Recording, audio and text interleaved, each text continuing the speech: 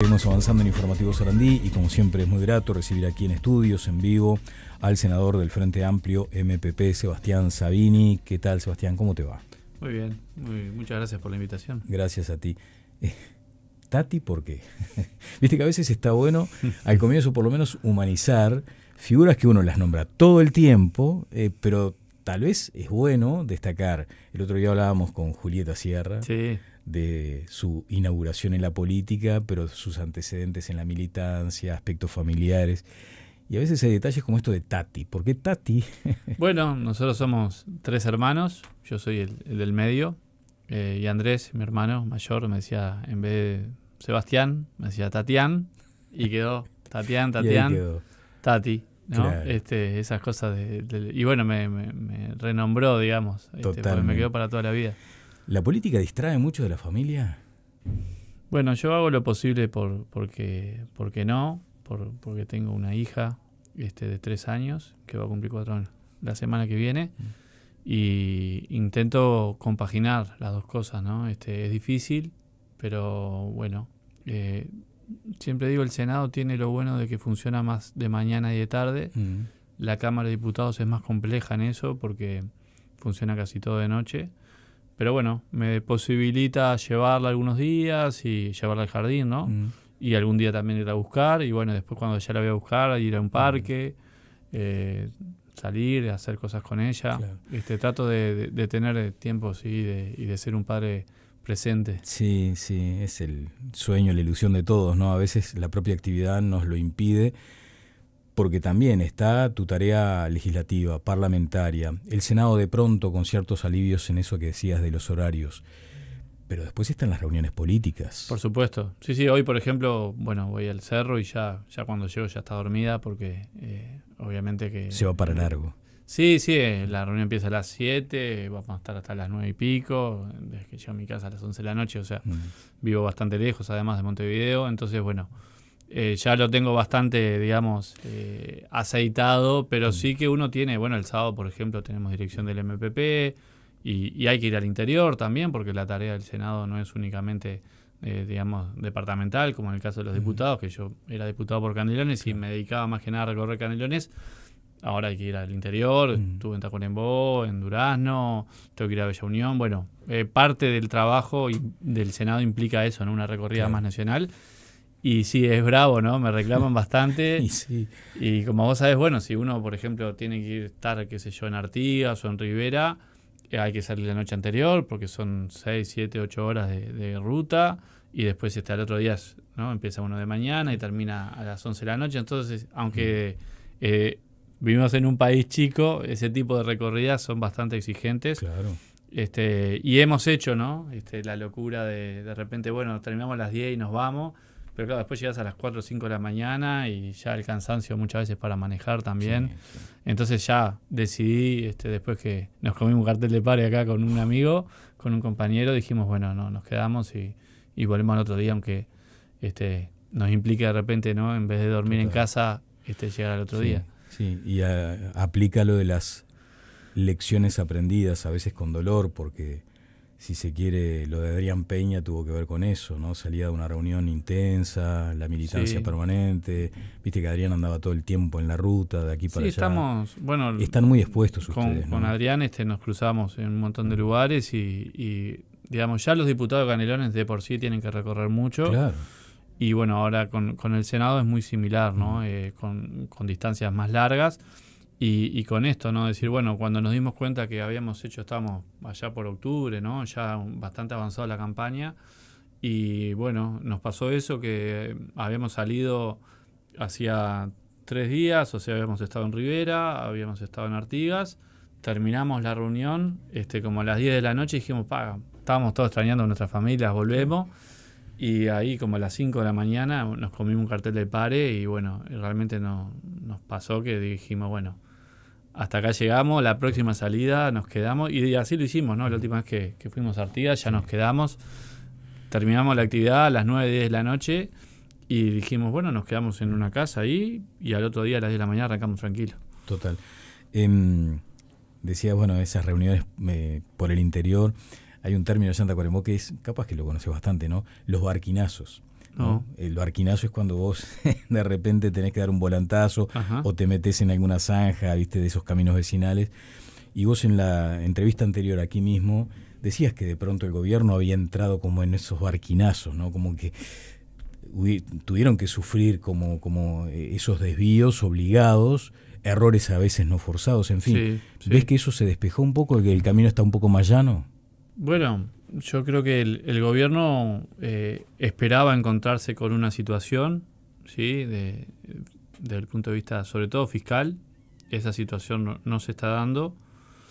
Y entiendo que las medidas que ha ido tomando son medidas que tienen una integralidad, ¿no? Que uno de repente, si las mira por separado, parecería que no, pero que tienen un sentido, ¿sí? Y ese sentido es sobre todo alivianar la situación económica de la ciudadanía, de los sectores asalariados, de los jubilados, de los pensionistas, de la infancia también. Y las medidas que hemos ido tomando van en ese sentido. Cometimos, sin duda, errores no forzados, y creo que tenemos además un gobierno que está muy atento, ¿no? que responde, que dice, bueno, si nos equivocamos, corregimos, que quizás hay cuestiones que no fueron planteadas de la mejor forma y que después eso dificulta la explicación, ¿no? ¿Qué ejemplo tenés de eso? Y bueno, sin duda que cuando se anunció la compra de María Dolores no fue el mejor momento, ¿no? Esto con Pacha, creo que esto lo hemos visto, no fue, digamos, estábamos todos muy tocados, ¿no? Pero claro, si uno lo anuncia ahí, después es difícil explicar que ese era un proceso que ya se venía dando, que estaba planificado, que hacía prácticamente 1 mes y medio que se venía trabajando en eso, y que en definitiva había que cumplir los plazos constitucionales, que esto fue un miércoles y se vencía el viernes, ¿no? Entonces, los plazos legales. Y después eso dio lugar a muchas cosas, ¿no? También muchas falacias, como decía Abba Ferreira, ¿no? Que hablaba de que la falacia de falsa oposición le hace mucho daño a la democracia. Y en el caso de María Dolores hemos tenido un montón de falacias de falsa oposición, ¿no? Decir, por ejemplo, que ¿por qué no se le daba más aumento a los jubilados? Bueno, lo primero que quiero decir, estamos comparando gastos con inversiones, ¿no? Es decir, María Dolores sobre todo es una inversión que no le va a regalar la tierra a nadie, que los que vayan allí van a tener que pagar un canon por el uso de la tierra, que además en definitiva eso va a multiplicar la economía del sector lechero y que por lo tanto eso en todo caso nos va a permitir pagar jubilaciones. Y que en todo caso cuando uno aumenta las jubilaciones y las pensiones es un gasto acumulativo que no es que se da por única vez, esto es un gasto que se da por única vez. Entonces, por eso digo falacias de falsa oposición, ¿no? Uh-huh. Pero cuando el debate de repente queda, digamos, enmarañado en otras cosas, ¿no? Luego es más difícil de explicar o de desandar esto. Claro. Entonces, allí creo que tuvimos un error no forzado. Yo creo que el presidente del Instituto de Colonización perfectamente podría haberse mantenido en su cargo, porque había muchos antecedentes del Partido Nacional, del Partido Colorado, de colonos que habían integrado el instituto, uh-huh. Y me hace mucho ruido que quienes designaron colonos y digamos, y hasta ese momento no entendían que eso era inconstitucional, bueno, cuando uh-huh. el Frente Amplio designa un colono, digamos, ponemos el grito en el cielo, ¿no? De hecho, ahora está funcionando más o menos en los mismos términos. Sí, claro, porque no era nada novedoso. De hecho, hasta la propia ley de colonización habla de que es importante que quienes integran el instituto sean personas cercanas al sector, ¿no? A la producción y que conozcan el sector productivo. Por lo tanto, hasta yo diría que no solo no es inconstitucional, sino que es legal, ¿sí? Que la ley establece que los miembros del Instituto de Colonización tengan una vinculación con el sector.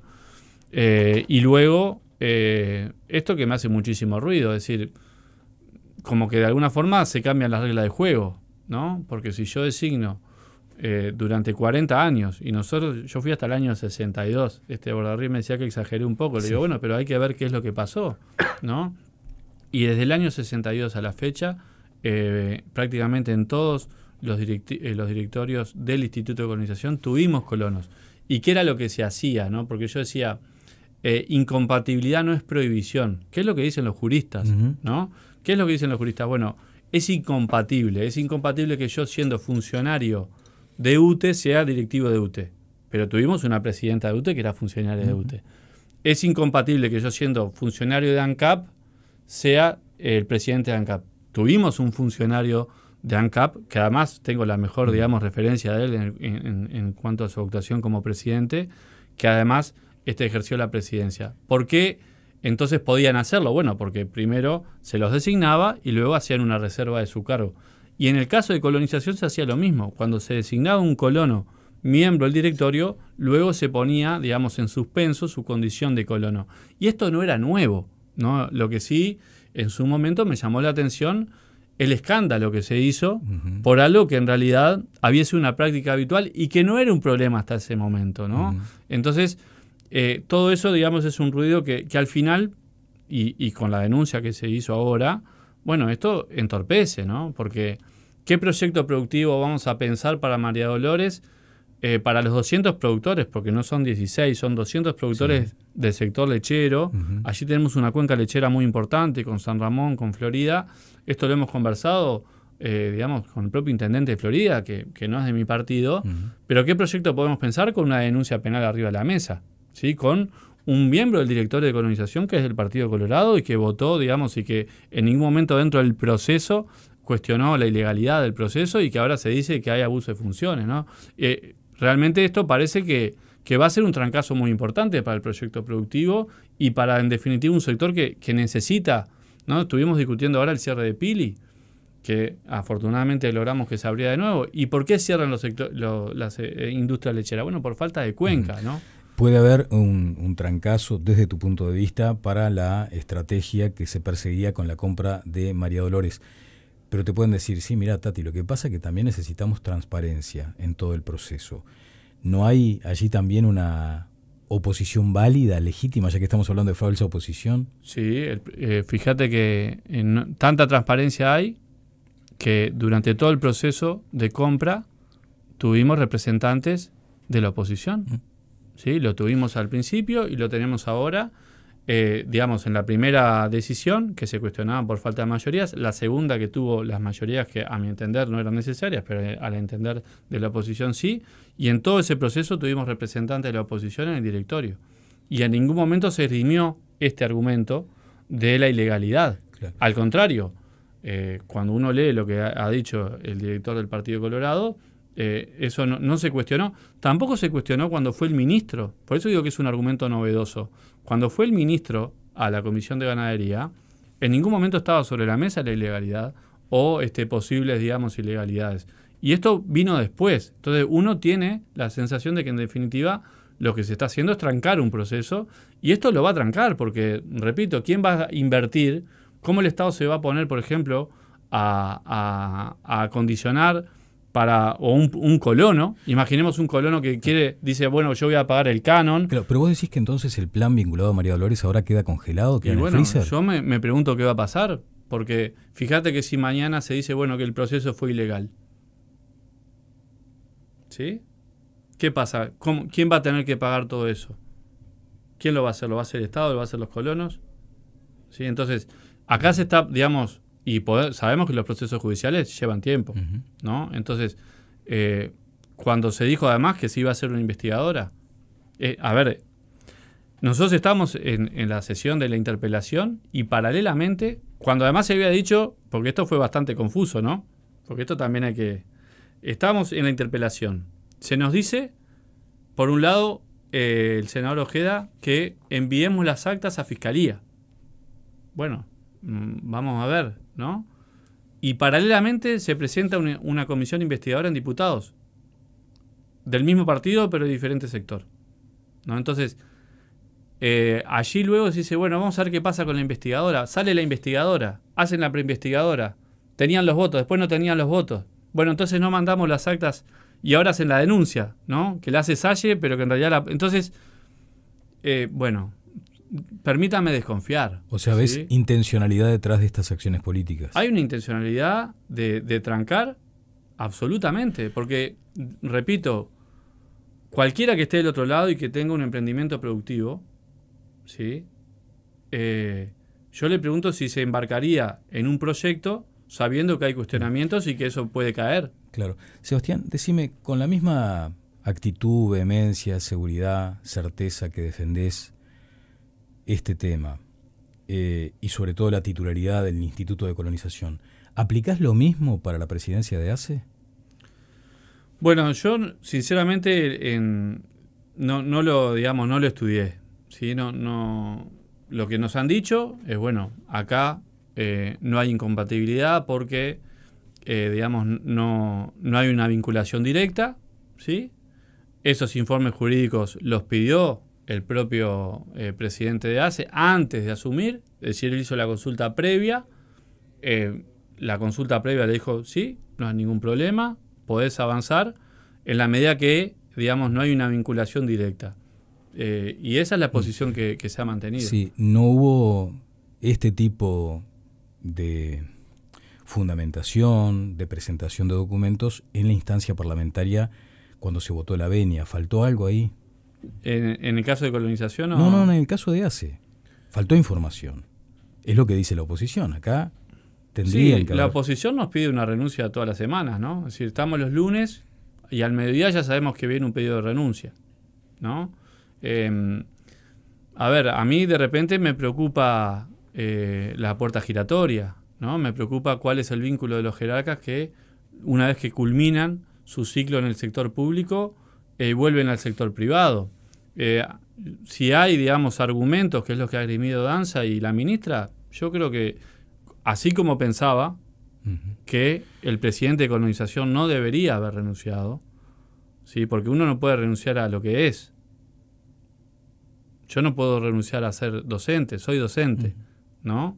Y estoy vinculado a la educación. Ahora, mientras ejerzo mi cargo en el Senado, eso está en suspenso.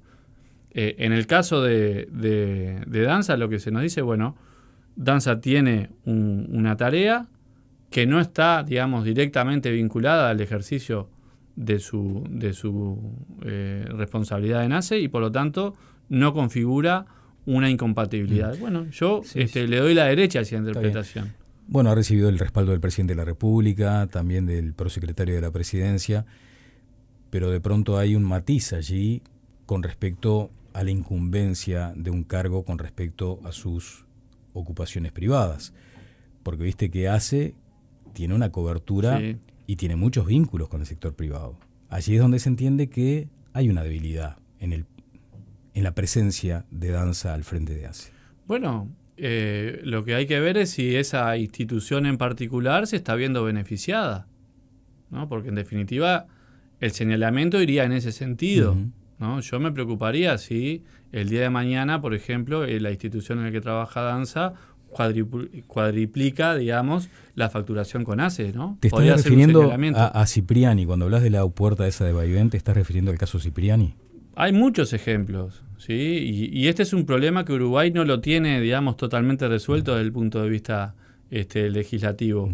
Es decir, hay países que son mucho más estrictos en cuanto a que cuando uno ejerce un cargo público después no puede volver, ya no directamente al sector privado, en el cual hay algunos ejemplos, digamos, por ejemplo en Alemania, que fueron escandalosos, ¿no? Ministro de Industria que después terminaron CEOs de Volkswagen, por poner un ejemplo. Claro. Y ahí puede haber muchas suspicacias. Estas suspicacias que estoy mencionando no las pusimos nosotros del Frente Amplio, ¿no? Fue un senador del Partido Nacional que señaló ese hecho. Yo sinceramente no había reparado porque no estoy mucho en los temas de salud, ¿está bien?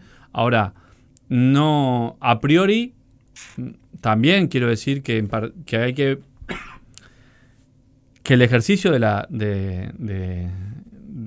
medicina, de la medicina en particular, es una actividad bastante particular. Porque quienes ejercen medicina, cuando dejan de ejercer, eso puede ser un problema, claro, ¿no? Porque hay, digamos, actualizaciones necesarias y pongo un ejemplo, capaz que no le gusta a Daniel que lo ponga de ejemplo, pero Daniel Radío, con el cual tengo un vínculo excelente, él me decía hace unos años, me hace Sebastián, mi problema es que yo dejé de ejercer, ¿no? Y eso le pasa a los médicos, es decir, en la medida que dejan de ejercer después les hace muy difícil volver. Sí, pero y por lo tanto ahí también puede haber una explicación de por qué, ¿no? Y tuvimos un presidente de la República que, digamos, siendo presidente, ejercía como médico. La española, ¿no? Exacto. Muy y no, eso no nos representó, digamos, un escándalo. Entonces a veces también me parece que digamos, la oposición como que necesita agrandar situaciones, y en ACE tenemos problemas grandes, ¿no? Tenemos 421.000 personas en lista de espera,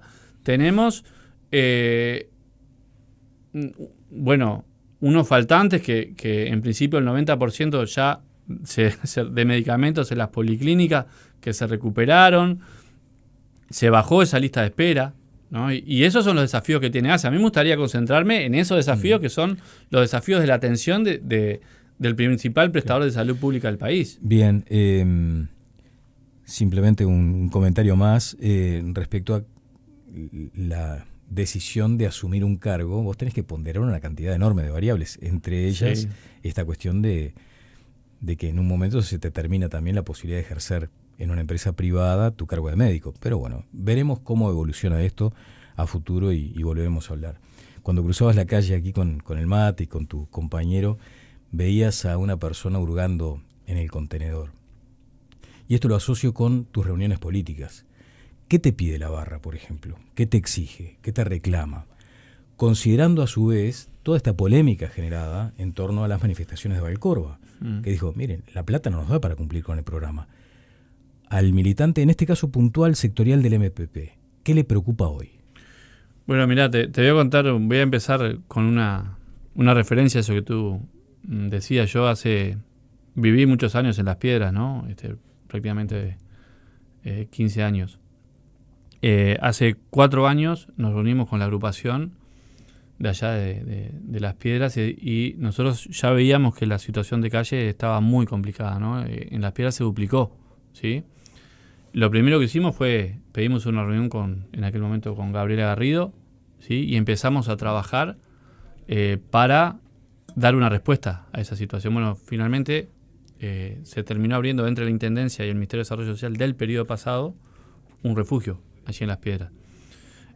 Lo que charlamos con nuestros compañeros es, bueno, tenemos unas prioridades que son las que marca el programa, que sabemos que es un programa exigente, que no se va a cumplir en 5 años, pero sí que establece prioridades. Esas prioridades, digamos, a fuerza de ser repetitivo, ¿no? ¿Dónde establecemos? Bueno, la primera es la infancia. Nuestra prioridad hoy es la infancia. Y podemos decir que es la infancia porque en otros momentos se atendieron otras situaciones que también eran muy complejas, como el presupuesto educativo, y es, digamos, es parte del debate de la actualidad, ¿no? Pero ahí tenemos el 40% de todo lo que se distribuye en este presupuesto va hacia la infancia. Después, la salud, esto que mencionábamos, ¿no? Las listas de espera y acortar los tiempos de atención para los especialistas. En tercer lugar, la seguridad. ¿Sí? Realmente estamos viendo una situación compleja, es una preocupación de la gente y sobre todo golpea a los sectores más vulnerables, porque si yo tengo recursos, yo puedo poner una cámara, puedo poner una reja, puedo contratar una seguridad privada, pero el que no tiene recursos para hacerlo depende del Estado para tener seguridad. Entonces, ¿qué establece el presupuesto? Bueno, establece intervención coordinada de los ministerios en los barrios, más servicios, establece más funcionarios policiales, establece más funcionarios del Instituto de Rehabilitación, establece transferencias crecientes hacia la infancia, establece la duplicación de los comensales de la educación media. Si vamos a pasar a tener 20.000 comensales a 40.000. Entonces, esas son la comida. La comida, estoy diciendo, es una prioridad absoluta. Entonces, pero para todo no da. Para todo no da, pero para esto que estoy diciendo sí da. Exacto. ¿Qué hay que resignar desde tu punto de vista? Bueno, a ver, yo tengo en el teléfono no sé cuántos llamados de un montón de organismos, ¿no? Que evidentemente tienen necesidades. Yo me gustaría remitirme a lo que dijo por ahí Gustavo de Armas, ¿no? Es difícil discutir sobre estas prioridades. Es decir, cuando uno mira cuáles son las prioridades, si estamos diciendo, bueno, si tenemos una situación de pobreza infantil que el Estado quiere atender, ¿quién puede estar en contra de eso? ¿No? Y luego hay digamos, un gradiente donde, a ver, los ministerios no es que se les recortó nada, ¿no? Todos los ministerios van a tener como punto de partida el 2024, ¿sí? Que ya fue un gasto relativamente alto. Y sobre ese gasto alto se va a establecer un presupuesto creciente de 140 millones. ¿Está bien? Y esos 140 luego van creciendo a lo largo del periodo. Sí. Pero además, y esto me parece muy importante, en materia de educación, de los 140 millones, unos casi 50 van para la educación. ¿Está bien? ¿Y eso qué supone? Bueno, supone lo que yo decía de los comedores, supone duplicar la cantidad de niños y niñas que tenemos en escuelas en escuelas de tiempo extendido y tiempo completo, supone la quintuplicar las becas para la educación media, y esto va a ser, no quiero decir, pero bueno, yo creo que va a ser revolucionario, ¿sí? ¿Por qué? Porque vamos a pasar de tener 12.000 jóvenes becados a tener 70.000, ¿sí? Y con becas que están en unos 12.000 pesos hoy, que van a pasar a ser 25.000. Claro. Ahora, como profe, debes haber escrito algún muro con el 6+1. No, llegué a escribir con el 4,5. ¿Sí? Con el 4,5 sí. Acá en el IPA, sí. Con un compañero, con Martín, y bueno, con el CEIPA en aquel momento, sí. Que ocupamos el IPA por el 4,5. Ahora, sin duda que sí, sin duda que... ¿Te dolió, por ejemplo, o te dolió, en fin, o decodificaste el hecho de que Rodrigo Arim sea declarado persona no grata? Me pareció tremendamente injusto, ¿sí? Porque más allá de los porcentajes, porque los porcentajes pueden ser un poco relativos, ¿no? Es decir, si mañana cae el PBI y la relación gasto-PBI va a aumentar, ¿no? Y estos son todo proyecciones. Seguro que menos plata el año que viene no va a haber para la educación, va a haber más recursos. Entonces, a veces lo que quiero decir es que perdemos un poco el eje de lo que estamos discutiendo. La ANEP el año que viene va a tener 1.500 millones de pesos más para invertir. Sí. Y va a ser el año que viene, va a ser el año de mayor inversión en educación en la historia del país. Entonces, está bien, porque nosotros tenemos un compromiso, seguro que en porcentaje no va a caer el año que viene, eso lo tenemos bien medido, no va a caer tampoco en el 27, y lo que van a venir, y yo por eso digo que estoy tranquilo en que vamos a avanzar en el compromiso, porque lo hicimos durante 15 años, es decir, cuando uno mira las rendiciones de cuenta durante los gobiernos frente amplistas, siempre la educación fue una prioridad. Y además, no solo porque tenemos un compromiso, sino porque lo necesitamos. Sebastián. Porque necesitamos invertir. Vos venís de Tacuarembó. ¿Sí? Nosotros en Tacuarembó, por ejemplo, tenemos la regional de la Universidad de la República. Allí mismo me planteaba la gente de la universidad, nosotros tenemos carreras prontas para empezar a funcionar, pero precisamos los recursos. Bueno, sin duda que va a haber ahí que digamos, explorar. No quiero adelantar, ¿no?, las cosas que estamos trabajando, pero estamos trabajando tanto en la UTEC como la UDELAR, como el sector ciencia, que también es un sector que ha sido, digamos, que necesita bastante recursos, diferentes propuestas para llegar a ese compromiso, pero no por el compromiso en sí, que es importante, sino porque tenemos necesidades que resolver. Podríamos seguir hablando un rato largo, pero se nos acabó el tiempo. En todo caso, también, por lo menos de cierre y muy concreto, un concepto sobre el tratamiento del Senado de lo que derive de diputados. Bien, bueno, mirá, justo conversaba con un colega tuyo, yo le decía, a mí no me gusta adelantarme, ¿no? Es decir, hay que ver qué es lo que sale de diputados y luego, en función de lo que salga, las decisiones que tomemos, ¿sí? Porque de repente hay cosas que para nosotros son importantes, son prioritarias, tienen que estar y hay que hacer alguna modificación. O sea, no hay nada a tapa cerrada en principio. Yo no recuerdo un presupuesto donde el Senado no dijo nada, ¿no? Claro. Me parece que Pero no, viste que se da esta situación ahora de falta de mayorías. Sí, si está bien. A ver, habrá que conversar. ¿Vos tenés miedo de que se quede el país sin presupuesto, digamos? No, yo no creo porque aquí, así como se está distribuyendo en infancia, se está distribuyendo en salud, se está distribuyendo en ciencia, se está distribuyendo en seguridad, y no creo que nadie quiera salir a decirle, digamos, a la gente que se quedó sin presupuesto. Y cuando uno mira cómo procesamos, por ejemplo, la discusión de la caja profesional y qué pasó cuando volvió, ¿no? Yo no creo que ningún diputado que haya, por ejemplo, incluido, no sé, tenemos un montón de organizaciones que reciben subsidios, después le digan, no, mirá, te quedás sin subsidio porque los senadores incluyeron una modificación tal. No me imagino ese escenario, ¿no? En el fútbol esto sería interpretado como la presión al árbitro, pero bueno. No, pero lo digo honestamente. Sí. Creo que el tallado grueso lo va a hacer diputados, ¿no? Claro. Que eso siempre ocurre. Y bueno, probablemente alguna modificación hagamos, pero estimo que va a ser modificación para bien. Y luego volverá a diputados y se aprobará. No tengo dudas de eso. Sebastián Sabini, muchas gracias. A ti.